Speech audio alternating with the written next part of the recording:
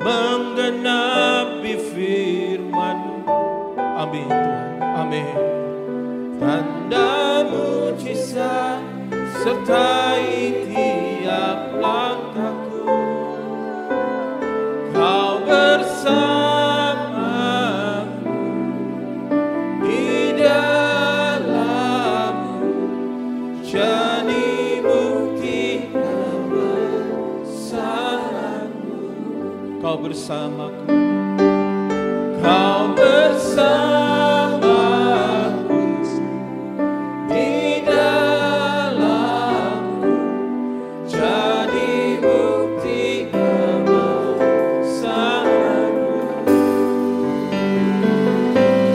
Jadi bukti kebesaran-Mu. Sembah Tuhan, sembah Tuhan.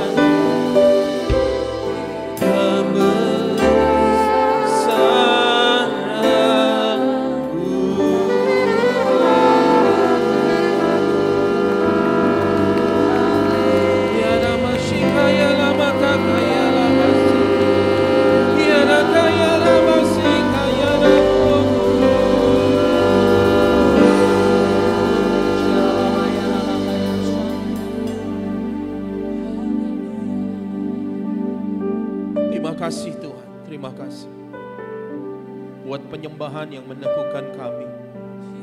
Tuhan, walaupun hari-hari ini sepertinya berjalan lambat, bahkan mungkin kami nyaris hanya berjalan di tempat, tapi satu hal kami percaya, sekalipun kami seakan-akan berjalan di tempat, Tuhan tetap menyertai kami.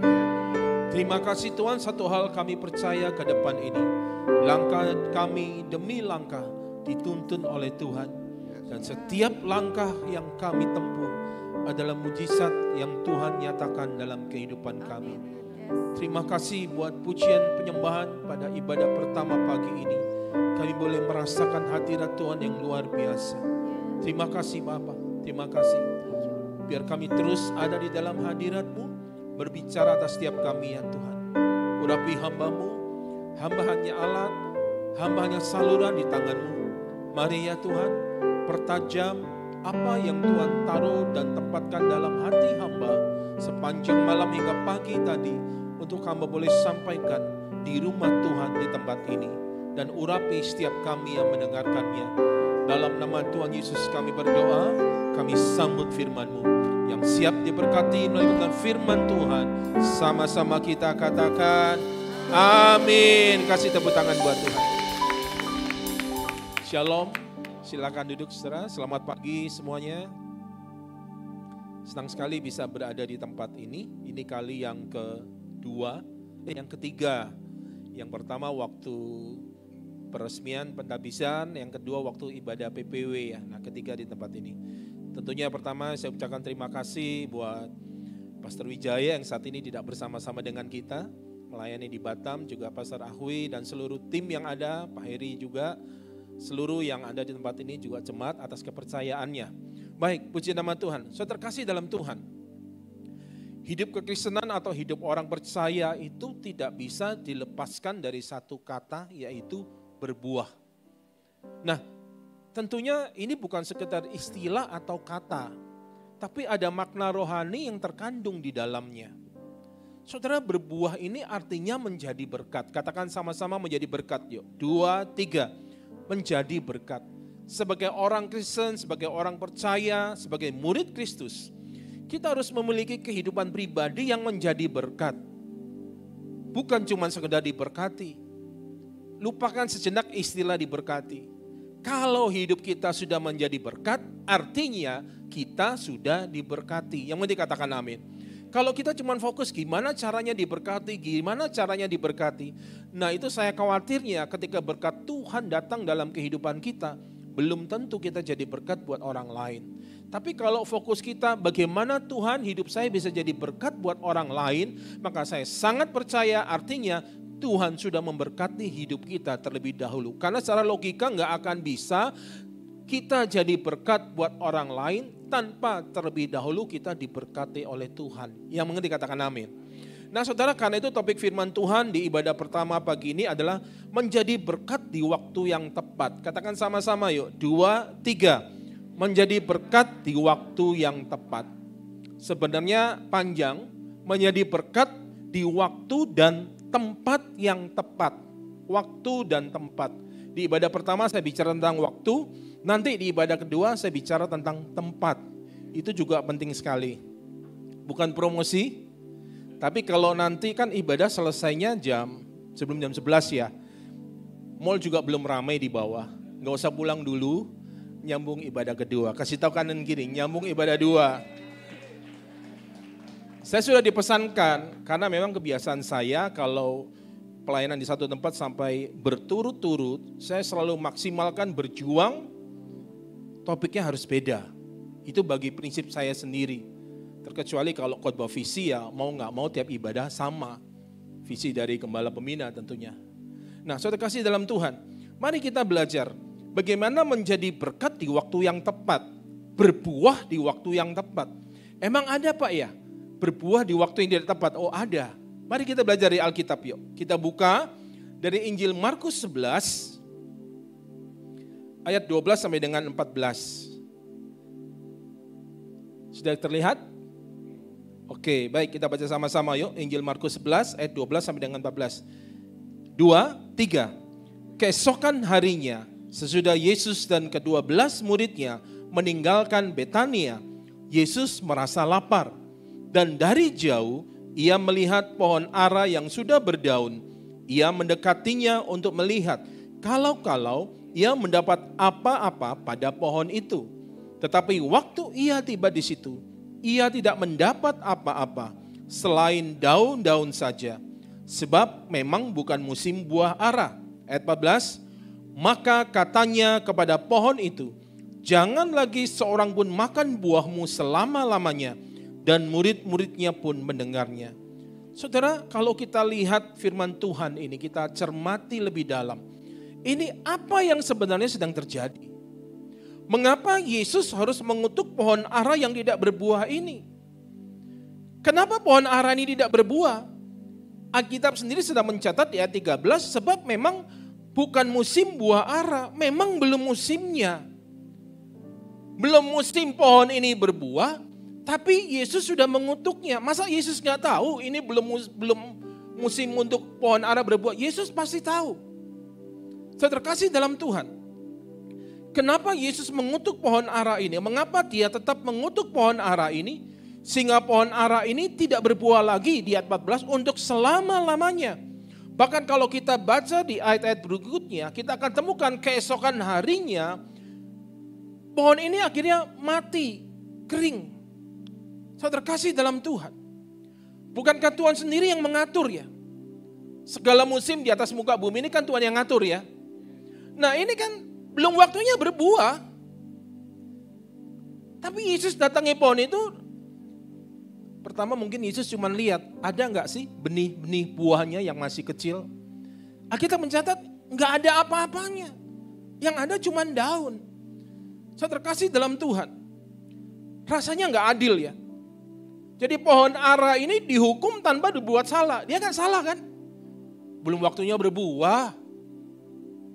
Kemudian dia dikutuk karena nggak menghasilkan buah. Dan memang itu belum waktunya. Seandainya nih kalau pohon ara ini bisa berkata-kata itu. Dia akan teriak. Yesus nggak adil. Yesus nggak fair. Kalau bahasa sekarang, aku dizolimi. Iya. Loh pohon ara ini kan dia nggak mampu. Nggak berdaya karena alam sudah menentukan kapan dia akan berbuah. Dan itu Tuhan yang mengaturnya. Nah sekarang Tuhan sendiri datang mendekati dia. Dan melihat gak ada apa-apanya. Dan Alkitab firman Tuhan mencatat. Bukan karena pohon ini gak mau. Tapi karena memang belum musimnya berbuah. Apa maksud dari Yesus yang sesungguhnya? Mari kita lihat makna dari perkataan Yesus ini. Saya terkasih dalam Tuhan. Perasaan tidak adil, perasaan terzolimi ini kita bisa pahami kalau perhatian kita tertuju konteksnya pada Yesus dan pohon ara itu. Kita akan setuju bahwa oh ini pohon ara ini lagi dizalimi. Tapi bagi Yesus aktor utamanya bukan pohon ara. Melainkan apa? Murid-muridnya. Ini bukan soal Yesus merasa lapar. Nggak ada masalah. 40 hari doa puasa tanpa makan, Yesus kuat kok. Kok sepertinya Alkitab mencatat kalau kita baca, Yesus lapar, pengen makan, deketin pohon ara, nggak ada buahnya, Yesus marah, pohon ara ini dikutuk sampai mati. Nah, saudara kasih dalam Tuhan, ini bukan sekedar soal Yesus merasa lapar. Saudara, ini adalah soal antara Yesus dengan murid-muridnya. Pohon ara ini hanya dijadikan sebagai sarana untuk mengajar murid-muridnya. Apa tujuan Yesus mengajar murid-muridnya melalui pohon ara ini? Saudara terkasih dalam Tuhan, dalam hal ini Yesus ingin sampaikan kepada murid-muridnya. Yesus tidak menginginkan murid-muridnya seperti pohon ara, perhatikan, yang hanya menghasilkan buah pada musimnya. Yesus tidak menginginkan murid-muridnya berbuat baik, menolong orang lain, menjadi garam dan terang, serta menyaksikan kebaikan Tuhan kepada semua orang hanya pada musimnya. Artinya apa? Hanya pada saat tertentu saja. Ini yang Tuhan ajarkan kepada murid-muridnya dan juga kepada saudara dan saya. Jadi berkat itu bukan cuma sekedar pada musimnya. Kalau kita pengen, kalau kita lagi mood, kalau kita lagi nggak bete, kalau kita berkat kita lagi banyak. Tapi kalau lagi bad mood, aduhlah, gak usah pelayanan dulu. Istilah rohaninya ngomong ke Pak Gem, saya mau jaga hati dulu, padahal sejujurnya dia lagi kecewa sama Tuhan.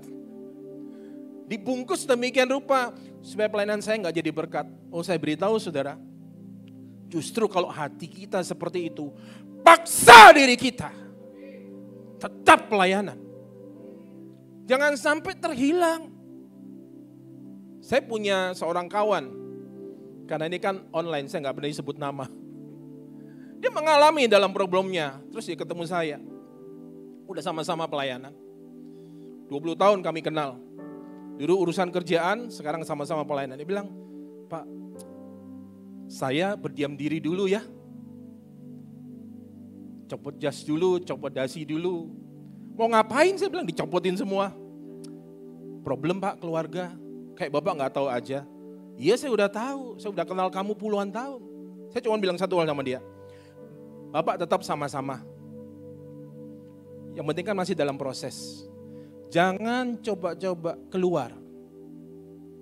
Akan makin jauh dan akan makin terhilang. Saudara, seringkali kita dikelabui oleh si jahat seperti itu. Wah, hati kamu lagi gak beres. Tapi tentunya asal kita sungguh-sungguh sudah bertobat dan lagi dalam proses ya. Bukannya lagi bikin dosa terus pelayanan, pelayanan itu gak benar juga. Bisa-bisa bukan cuma dijewer sama Tuhan, digampar sama Tuhan. Saudara, kembali ke sini. Yesus tidak menginginkan muridnya berbuat baik hanya pada saat tertentu saja, pada musimnya. Artinya itu tadi, ketika hati kita sedang senang. Yesus mengajarkan kepada muridnya ketika jiwa mereka tidak terancam, lingkungannya mau menerima baik, jika segala sesuatunya aman, keamanan terjamin. Bukan itu yang dikehendaki oleh Yesus dari murid-muridnya. Yesus mengarahkan murid-muridnya itu tidak menjadi pelayan dan rasul musiman. Kasih tahu kanan kiri, jangan jadi pekerja musiman. Jangan jadi jemaat musiman. Amin.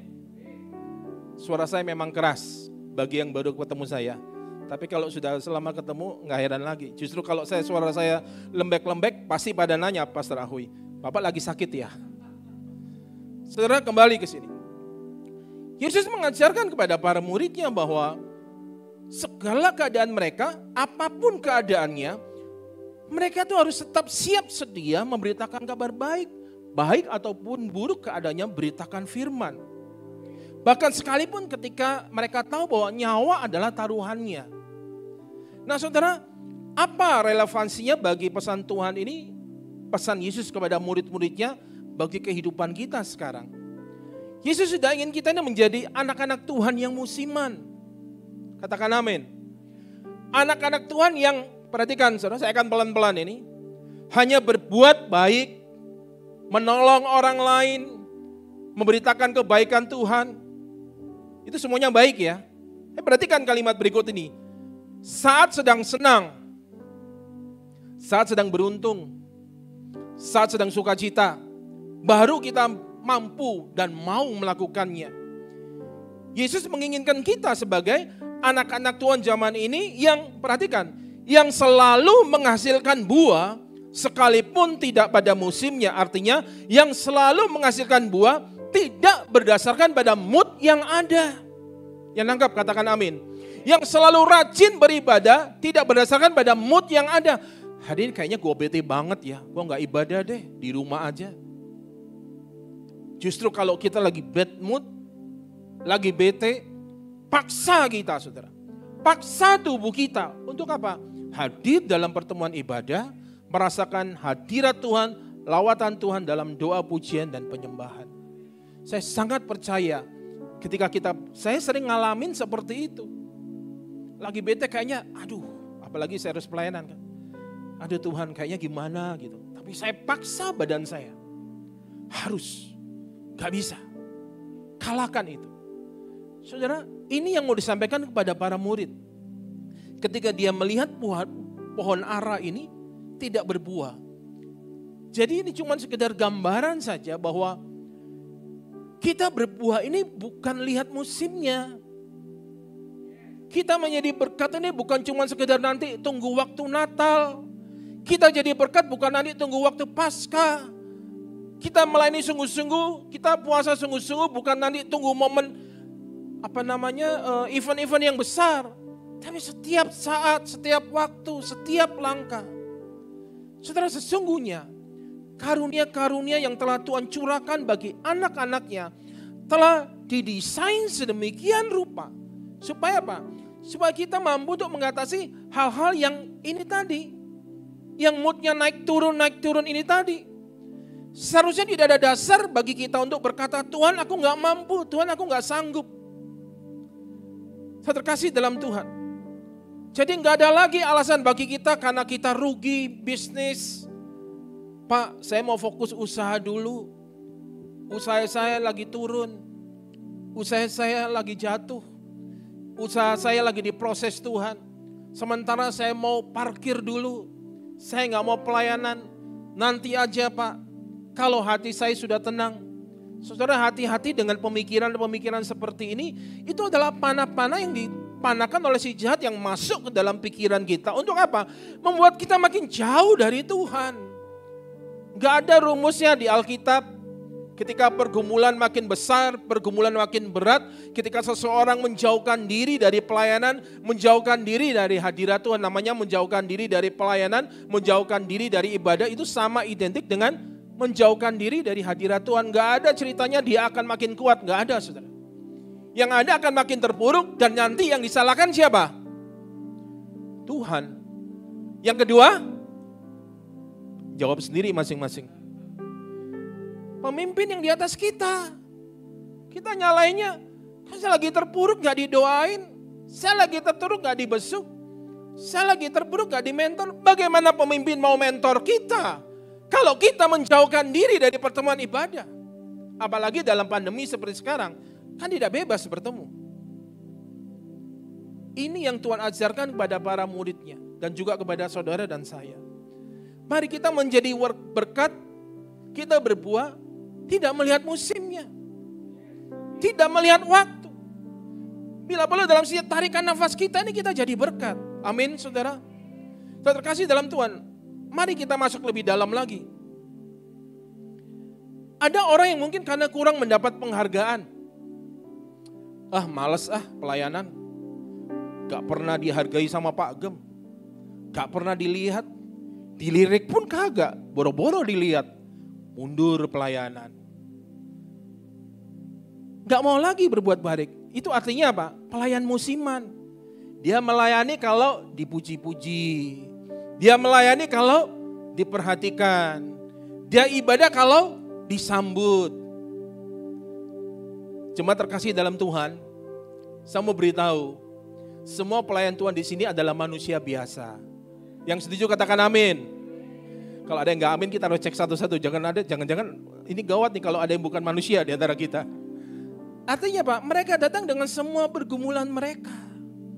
Kita nggak bisa nuntut, nggak bisa Pak, dia kan pelayan. Dia kan pengerja, dia tahu dong.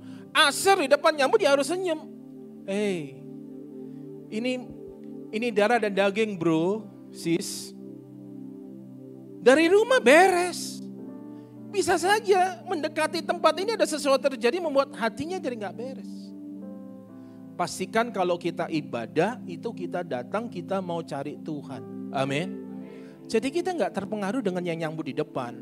Tapi saya percaya yang jadi aser di GBI Pantai Mutiara ini kan luar biasa. Dahsyat kan? Kasih tepuk tangan buat Tuhan. Saudara perhatikan. Ketika setelah Yesus mengutuki pohon ini. Tidak menghasilkan buah untuk selamanya. Tidak berbuah lagi. Dan menjadi pohon yang mandul. Pohon ini hanya hidup tapi tidak menghasilkan karya kehidupan apa-apa. Bagaimana dengan pelayanan kita dan kehidupan kekristenan kita. Dan kalau kita lihat lebih dalam, ternyata keesokan harinya pohon itu mati. Alkitab mencatat kering sampai ke akarnya, tidak berguna lagi. Yesus tidak menginginkan kehidupan kerohanian kita, pelayanan kita, ibadah kita sampai terjadi seperti ini. Pilihan itu hanya ada dua. Apa pilihannya? Terus menghasilkan buah atau mengalami kematian rohani? Ada ya ditanya. Nah ini. Pilihan di tangan kita. Bukan Tuhan. Kita yang menentukan. Saudara dan saya yang menentukan. Kita mau menjadi pribadi pelayan Tuhan, jemaat Tuhan yang senantiasa berbuah. Walaupun tidak pada musimnya. Tidak pada musimnya artinya gak peduli keadaan di dalam pelayanan seperti apa. Gak peduli keadaan di gereja seperti apa. Tapi saya tetap mau ibadah, saya mau tetap melayani Tuhan. Atau kita tidak berbuah untuk selamanya. Dan kalau itu terjadi, jangan salahkan Tuhan. Itu yang Tuhan memaksudkan dengan pohon ara ini kepada para muridnya. Saudara, saya masuk di bagian terakhir. Masih ada waktu. Bagaimana caranya kita bisa terus berbuah? Kita ingin berbuah setiap saat kan? Iya Pak, saya ngerti, saya ingin berbuah setiap saat. Saya ingin melayani setiap saat, saya ingin ibadah setiap saat. Gak mut-mutan, bisnis saya bagus, bisnis saya jelek, saya tetap mau ibadah semangat. Sikap suami bagus, sikap suami jelek, saya mau tetap ibadah, mau tetap melayani. Sikap istri bagus, sikap istri jelek, saya mau tetap ibadah, saya mau tetap melayani. Tidak peduli apapun yang terjadi di rumah, saya mau nomor satukan Tuhan. Tapi gak mudah kan. Ini tadi kita ini darah dan daging, masih bisa ngerasain.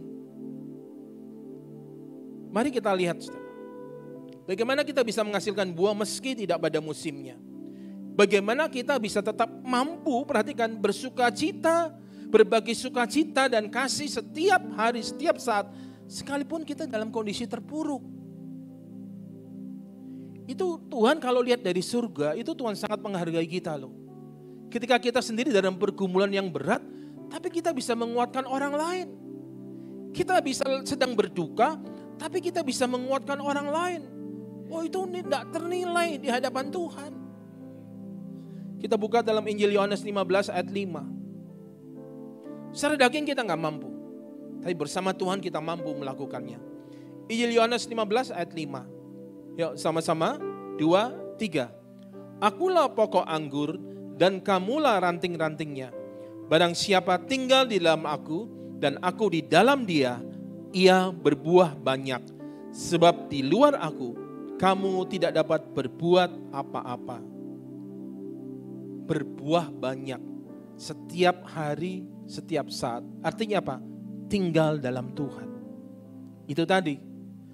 Apapun suasana hati kita, paksa. Saudara jangan feeling guilty.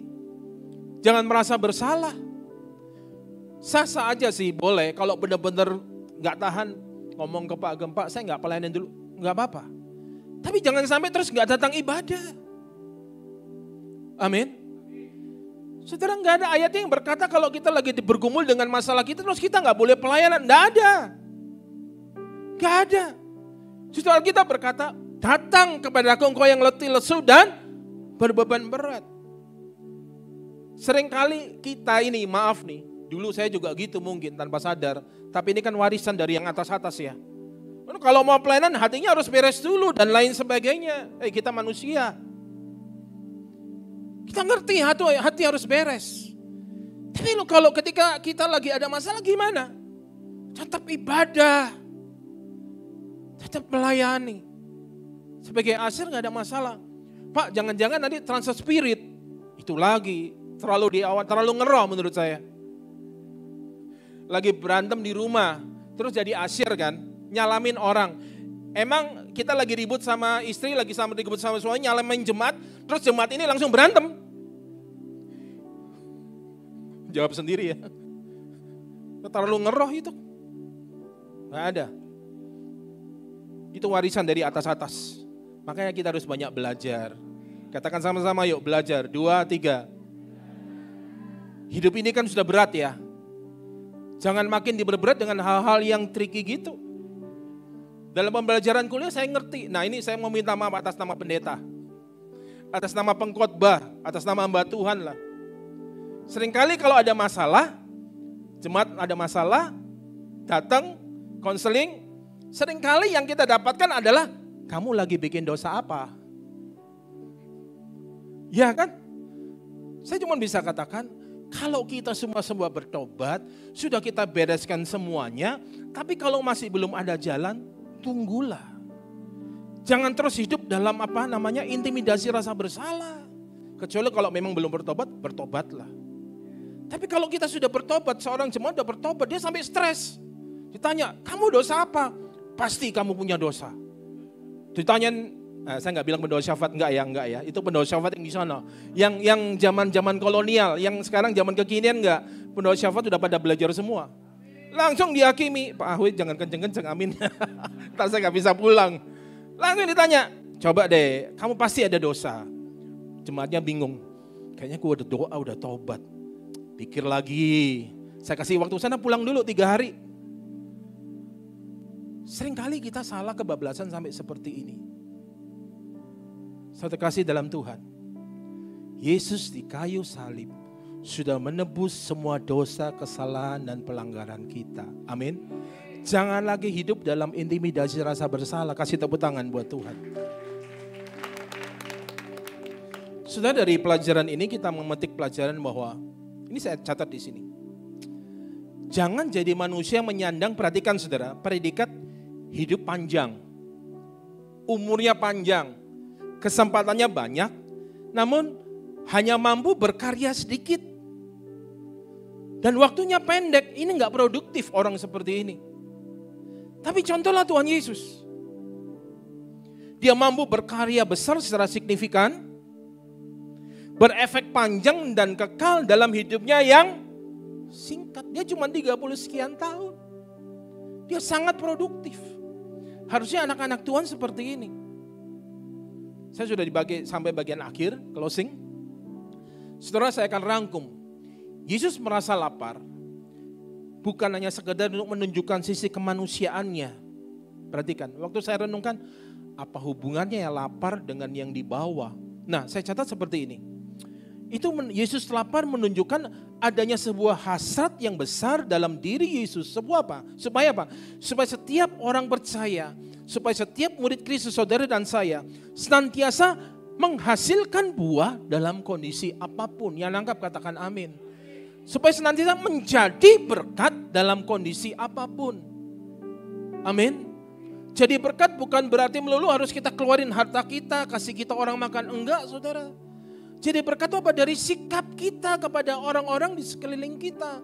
Apakah kita memberikan, kalau bahasa sekuler ini, aura positif, energi positif. Tapi kalau dalam bahasa Alkitab, apakah kita jadi berkat buat mereka? Terus hasilkan buah. Dan alami kehidupan yang penuh dengan kemenangan. Serta ucapan syukur walaupun kondisi sedang tidak baik. Ini tadi.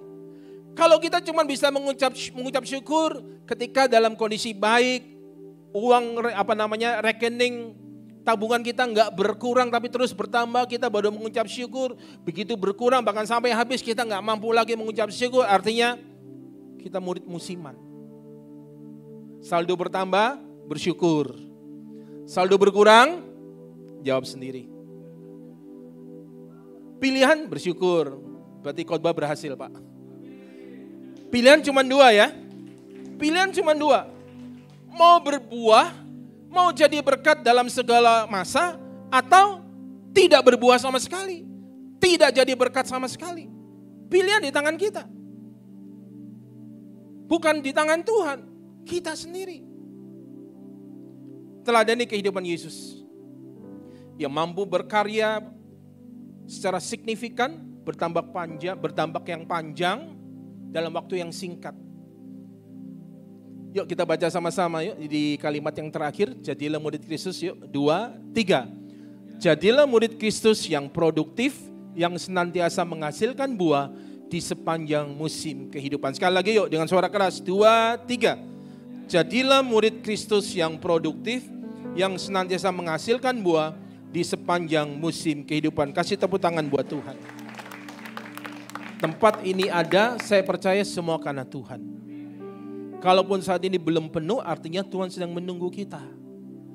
Apakah kita bisa menjadi murid-murid, menjadi pelayan-pelayan Tuhan yang berbuah tanpa mengenal musim? Kalau itu kita bisa raih, kita bisa lakukan dalam kehidupan kita. Jiwa-jiwa itu kan milik Tuhan ya, amin. Domba itu miliknya Tuhan.